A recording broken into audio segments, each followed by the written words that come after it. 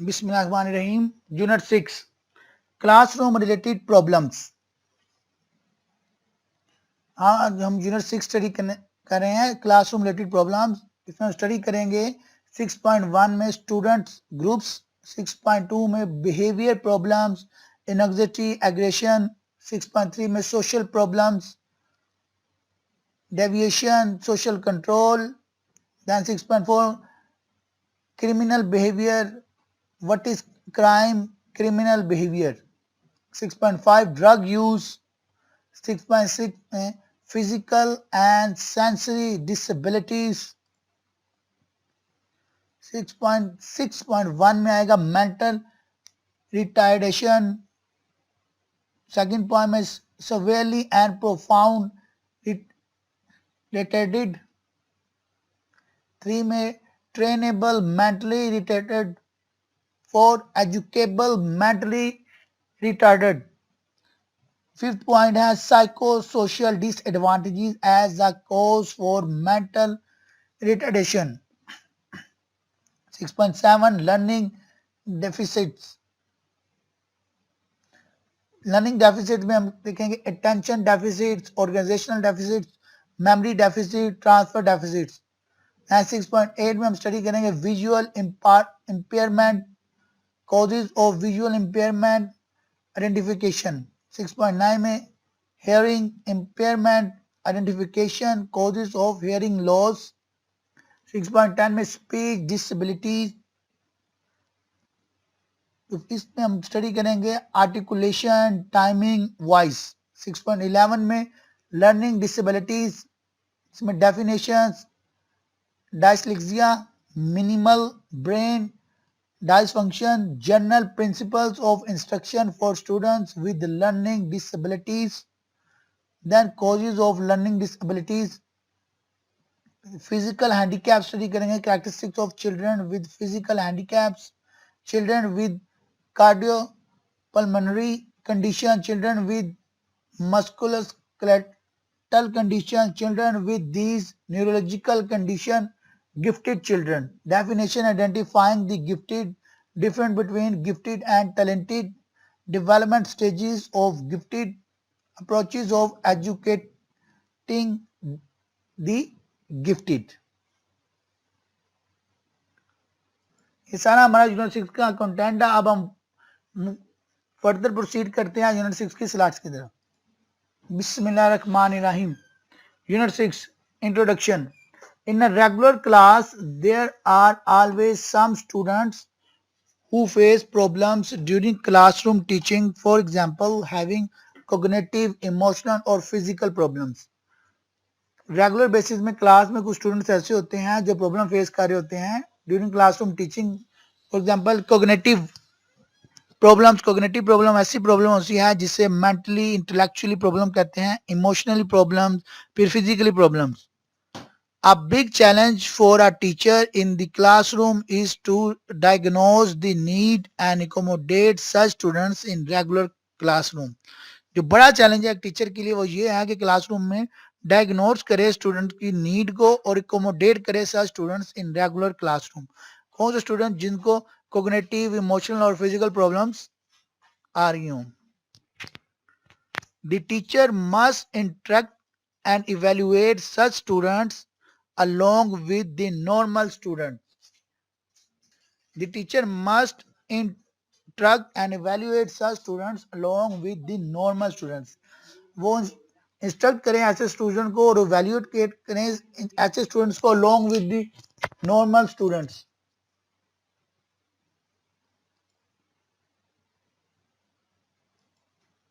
Behavior problems। These problems often overwhelm teachers, particular noises, and some consider them the most difficult aspects of a teacher's daily work। Behaviour problems कैसी होती हैं, जो behaviour में problems आ रही होती हैं उनको किस तरह आपने अंडरस्टैंड करना है और उसको अकोमोडेट करना है। These problems often overwhelm teachers, particularly noises जैसे शोर आ रहा है, and some consider them the most difficult aspects of teachers daily work.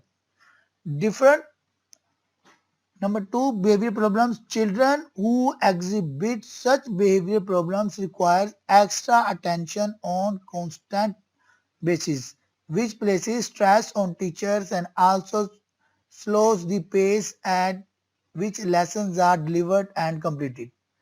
ऐसे स्टूडेंट्स को क्या करना पड़ता है, ज्यादा तवज्जो देनी पड़ती है और अटेंशन देनी पड़ती है उसी टाइम, ताकि वो बिहेवियर प्रॉब्लम को टीचर स्टूडेंट्स की कंट्रोल कर सके। इससे होता क्या, जो आपका लर्निंग प्रोसेस होता है, जो लेक्चर डिलीवर कर रहा होता है या अपने गोल्स कंप्लीट कर रहा होता है टीचर, वो स्लो डाउन हो जाते हैं, क्योंकि मेन पर्पज से उसकी जो है तवज्जो अटेंशन डाइवर्ट हो जाती है उस प्रॉब्लम को सोल्व करने की तरफ।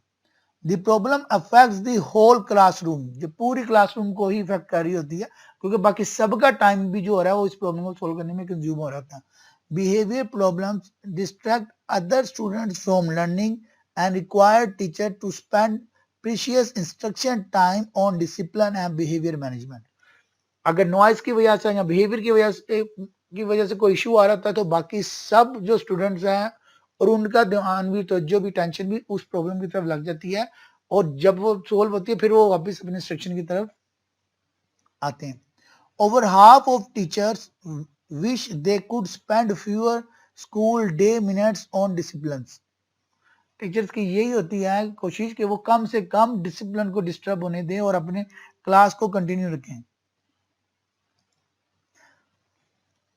Continue sensory processing disorder, sense को प्रोसेस करने का जो डिसऑर्डर होता है, ये भी एक बिहेवियर प्रॉब्लम है। अग्रेसिव स्टूडेंट, ऐसे स्टूडेंट जिन्हें गुस्सा ज्यादा आ जाता है, वो क्लास के दौरान बदतमीजी कर देते हैं या आपस में लड़ने झगड़ते हैं, उनको कैसे कंट्रोल करना आपने। इनअप्रोप्रिएट लैंग्वेज, और कुछ स्टूडेंट्स होते हैं जो डिफरेंट कल्चर से आए होते हैं, उनकी लैंग्वेज अच्छी नहीं होती, डिसिप्लिन नहीं होती, तो उनको भी आपने कंट्रोल करना है as a teacher. Inattentive students, ऐसे स्टूडेंट जो अटेंटिव, जो तवज्जो नहीं दे रहे होते, जिनका ध्यान किसी और तरफ आ रहा होता है, जो इंटरेस्ट नहीं जनरेट करा पा रहे होते, तो आपने उन स्टूडेंट्स का क्या करना है, इन सब स्टूडेंट्स को कंट्रोल करके डिसिप्लिन क्लासरूम मैनेज करके अपने लेक्चर के अंदर ले आपने उनको इस तरह से मैनेज करना है कि वो आपकी बात सुने और उन्हें चीजों के कॉन्सेप्ट क्लियर हों और वो आपको डिस्टर्ब भी ना करें, आपको भी और बाकी क्लास को भी। Social problems. Experiences and researchers show that a lot of the behaviors and struggles are observed on school ground first. बहुत एक्सपीरियंस किया है और रिसर्चर शो कर रहे हैं कि लॉट ऑफ बिहेवियर्स और स्ट्रगल्स जो होती है ऑब्जर्व होती हैं स्कूल की ग्राउंड में पहले। जैसे number 1, not paying attention in class, class में अटेंशन ना देना। Difficult in making friends, difficulty और दोस्त वगैरह बनाना क्लास में, अक्सर लोगों को बहुत ज्यादा स्टूडेंट्स को प्रॉब्लम्स आ रही होती हैं। Descriptive behaviour in class, reports of aggressiveness और एंगर, कि ये बहुत ज्यादा बदतमीज हो जाता है, गुस्सा करता है, जवाब देता है, ऐसी प्रॉब्लम्स रूटीन में एक्सपीरियंस की गई टीचर्स की और रिसर्चर की। फेलिंग ग्रेड्स, ऐसे ग्रेड्स आना स्टूडेंट्स के जो फेल हो रहे हैं, लाइक अगर 33% है तो उससे कम आ रहे, 40% है तो उससे कम आ रहे, 50% पासिंग रेट रखा है तो उससे कम आ रहे। तो जो भी आपने अपने इंस्ट्रक्शन या टेस्ट के रेट रखे हो हैं, क्राइटेरिया रखा हुआ है परसेंटेज का, उससे कम आ रही है, ये सारी इसकी प्रॉब्लम्स हैं। इन सबको सोशल प्रॉब्लम्स बोलते हैं। Criminal behaviour,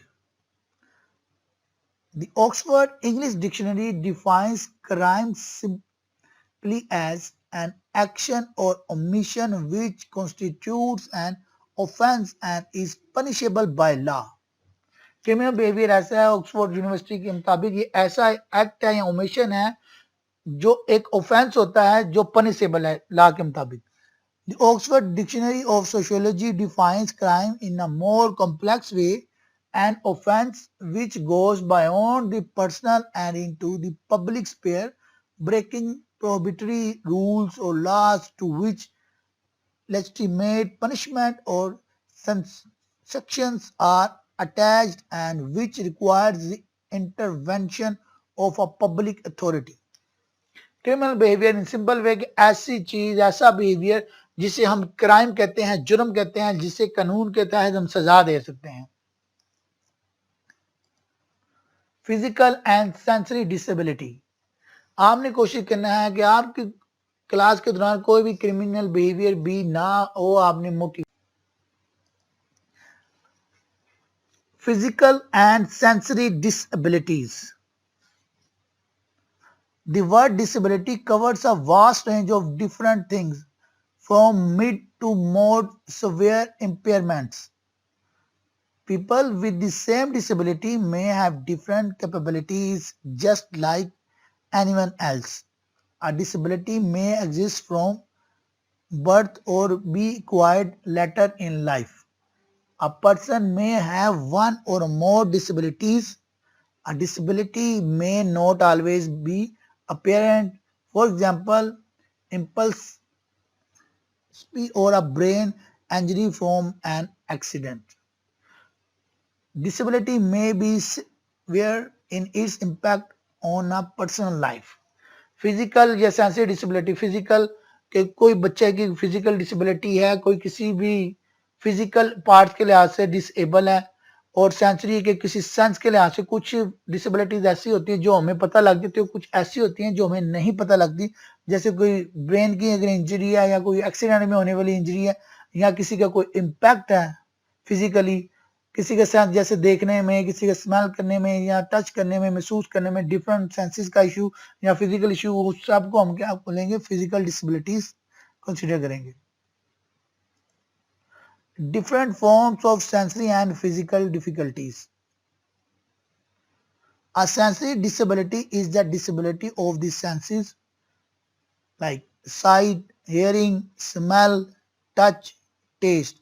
As 95% of the information about the world around us comes from our sight and hearing. 95% information हमें कैसे मिलती है? सुनने से या देखने से. A sensory disability can affect how a person gathers information from the world around them.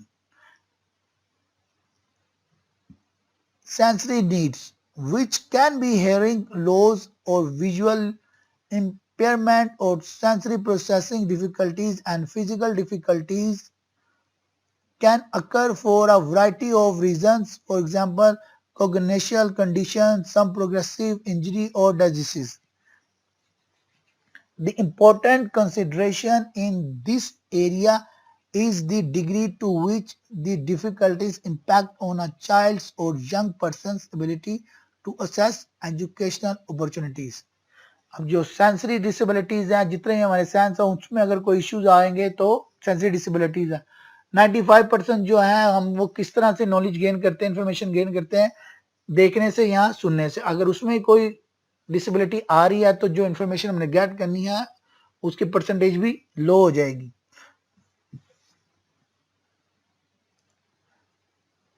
Hearing loss, vision loss, multi sensory impairment, sensory processing difficulty. Hearing loss अगर सुनने में प्रॉब्लम है तो वो अगर हम बोल रहे हैं तो उससे चीजें समझ नहीं आएगी, बहुत सी चीजें मिस हो जाएंगी. विजन लॉस अगर नजर नहीं आ रहा तो देख नहीं सकता तो इन्फॉर्मेशन गेट नहीं कर सकता. मल्टी सेंसरी इंपेयरमेंट, अगर डिफरेंट सेंसेस का इश्यूज है तो वो इश्यूज जो है वो मजीद डिफिकल्टीज इनहांस हो जाती है. सेंसरी प्रोसेसिंग डिफिकल्टी, कि उस सेंस को प्रोसेस, जो भी हमने देखा हमारा माइंड उसको प्रोसेस करता, हमें इंफॉर्मेशन देता, डेटा कलेक्ट करके फिर रिपोर्ट हमें समझ आती है, अच्छा ये चीज ये है, इसका ये मतलब है, तो वो चीजें शो हो रही होती है. लेकिन अगर उसको प्रोसेसिंग में भी इशू है कि वो देख सही सकता है, सुन सही सकता है, लेकिन प्रोसेस नहीं सही कर पाता, तो ये भी एक डिफिकल्टी है.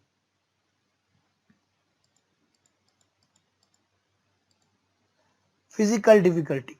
Physical medical injuries can be for a variety of reasons, जो बहुत से वैरायटी ऑफ रीजंस की वजह से हो सकती हैं. फॉर एग्जांपल कोग्निटल मेंटली कंडीशन के लिहाज से, प्रोग्रेसिव इंजरी और डिजीज की वजह से फिजिकल डिफिकल्टी हो सकती है.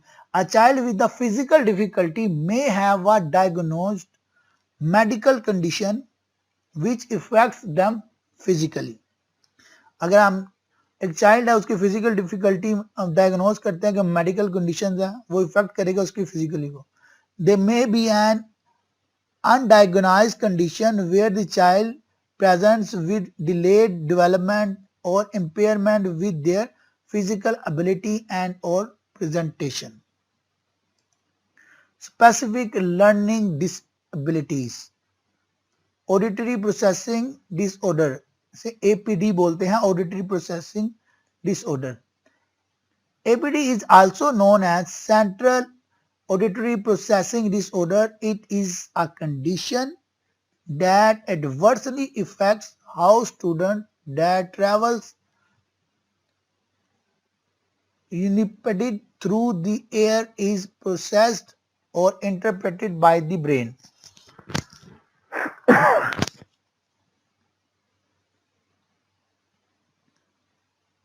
Dyscalculia. It is a specific learning disability that affects a person's ability to understand numbers and learn math facts.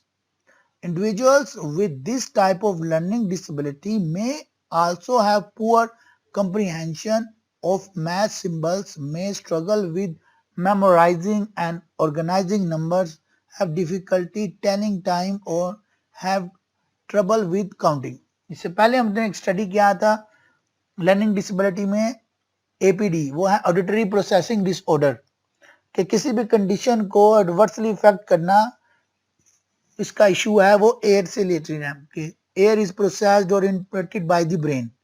अब डाइकैल्कुलिया जो है उसमें क्या होता है, मैथ के नंबर और फैक्ट्स एंड फिगर्स, उसके सिंबल को समझने में इसको इशू होता है. इस तरह की डिसेबिलिटी में वो नंबर्स को ऑर्गेनाइज नहीं कर पाता स्टूडेंट, और टाइम नहीं बता पाता या काउंटिंग नहीं कर सकता. डायस्ग्राफिया.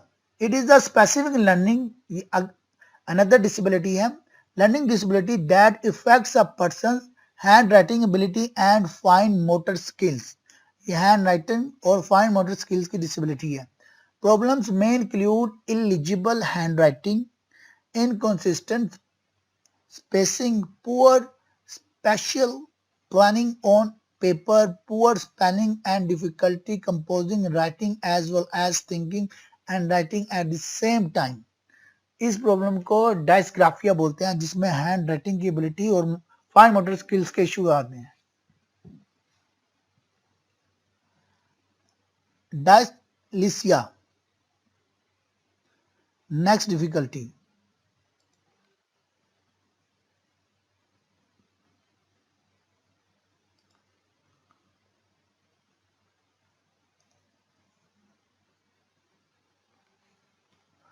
It is a specific learning disability that affects reading and related language-based processing skills.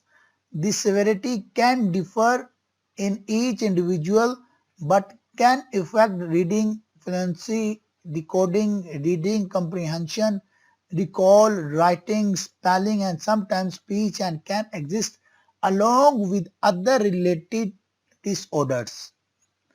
इसमें क्या है, डिफिकल्टीज में रीडिंग और related language based processing skills की इश्यूज आते हैं,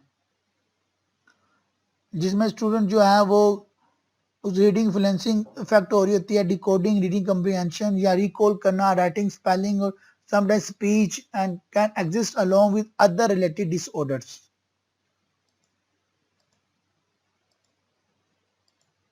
लैंग्वेज प्रोसेसिंग डिसऑर्डर, इसको हम एलपीडी से रिप्रेजेंट करते हैं, language processing disorder.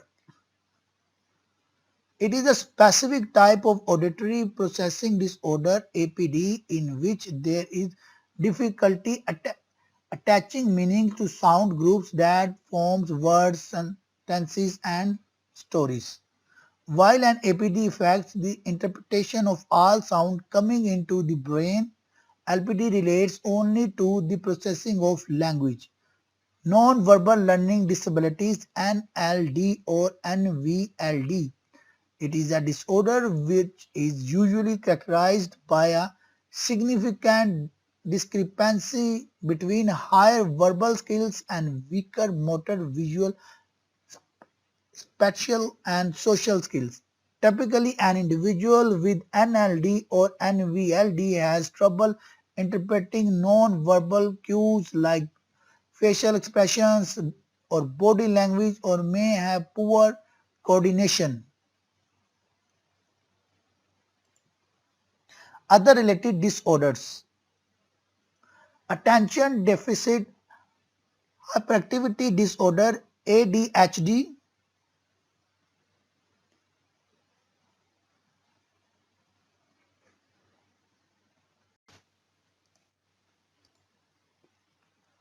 Other related disorders: attention deficit hyperactivity disorder, ADHD. It is a disorder that includes difficulty staying focused and paying attention, difficulty controlling behavior, and hyperactivity. Distracted teenage students looking out of classroom with window during school display symptoms of ADHD. Teenage जो students हैं वो classroom की window से अगर बाहर देख रहे होते हैं उसे बोलते हैं attention deficit hyper activity disorder, ADHD. Dysprasia. It is a disorder that is characterized by difficulty in muscle control, which causes problems with movement and coordination, language and speech, and can affect learning. Although it is not a learning disability, that often exists along with dyslexia, dyscalculia, or ADHD.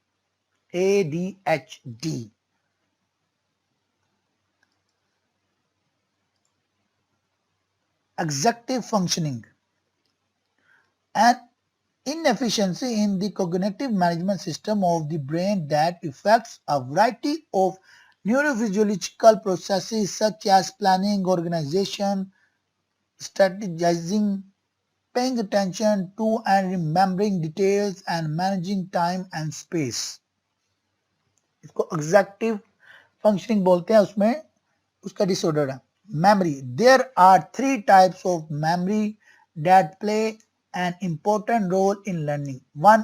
Working memory. 2. Short term memory. 3. Long term memory. 3 memory discuss कर रहे हैं हम यहाँ पे. Working memory, short term memory, long term memory. These are used in the processing of both verbal and non-verbal information. ये तीनों languages verbal और non verbal information में यूज होती हैं मेमोरीज. तीनों memories verbal and non-verbal information is used. If there is deficit in any of these types of memory, the ability to store and retrieve information which is required to carry out tasks can be impaired.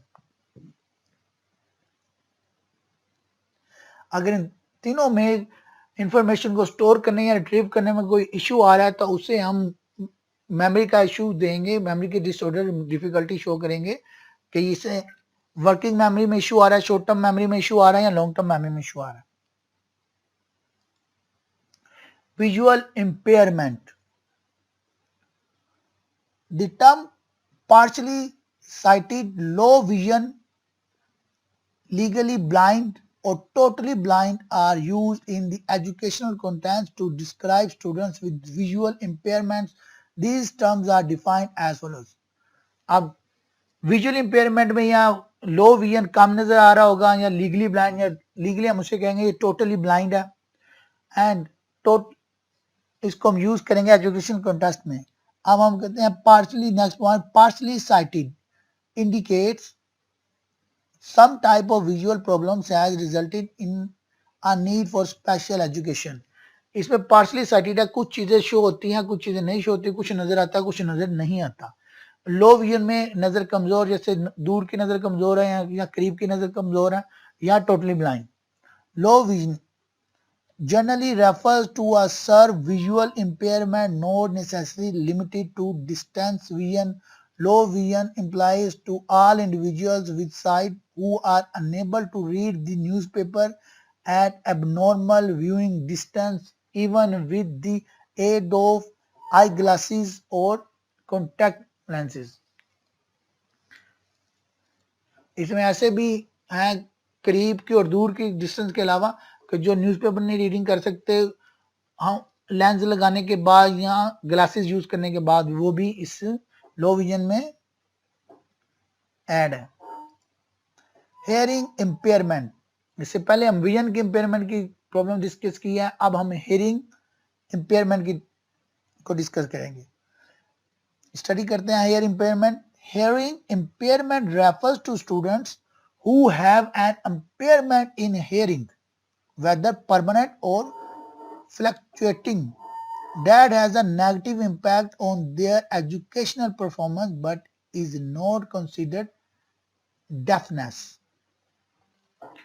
इसे हम deafness नहीं consider करेंगे hearing impairment में, लेकिन ये उसकी education की जो परफॉर्मेंस है, एजुकेशन परफॉर्मेंस उस पर इफेक्ट इम्पैक्ट करती है, नेगेटिव इम्पैक्ट. हेयरिंग इम्पेयरमेंट्स में बी प्रेजेंट एट बर्थ और acquired at any time during a person's life. ये पैदाइशी भी हो सकती है या लाइफ के दौरान भी कभी भी हो सकती है. Early detection of a hearing impairment can prevent or minimize the impact of the impairment on the overall development of a person. अगर जल्दी पता लग जाए कि हेयरिंग इम्पेयरमेंट है इस पर्सन की, तो वो हम उसकी रेमेडी यूज करके उसकी लाइफ की पूरी परफॉर्मेंस को बेटर कर सकते हैं. Speech disabilities. स्पीच डिसेबिलिटीज में आती हैं आर्टिकुलेशन, फ्लुएंसी, वॉइस, लैंग्वेज. ये 4 पॉइंट जो है स्पीच डिसेबिलिटी में आते हैं कि उसके आर्टिकुलेशन सही नहीं हो या उसकी फ्लुएंसी में सही तरह फ्लुएंटली बोल नहीं पा रहा है, ये भी डिसेबिलिटी है. वॉइस कि उसकी आवाज नहीं सही है, या लैंग्वेज का इशू है. Thank you very much. अल्हम्दुलिल्लाह हमारा यूनिट 6 भी कंप्लीट हो गया. अगर किसी का कोई क्वेश्चन, कोई क्यूरी है तो आप कर सकते हैं, ठीक है, उसे कमेंट भी कर सकते हैं या हमें व्हाट्सएप ग्रुप में भी गाइड कर सकते हैं ताकि हम उसके मुताबिक आपको रिस्पॉन्स कर सकें एज सुन एज पॉसिबल. शुक्रिया. अल्लाह ताला हम सबका हामी नासिर हो. अल्लाह हाफिज.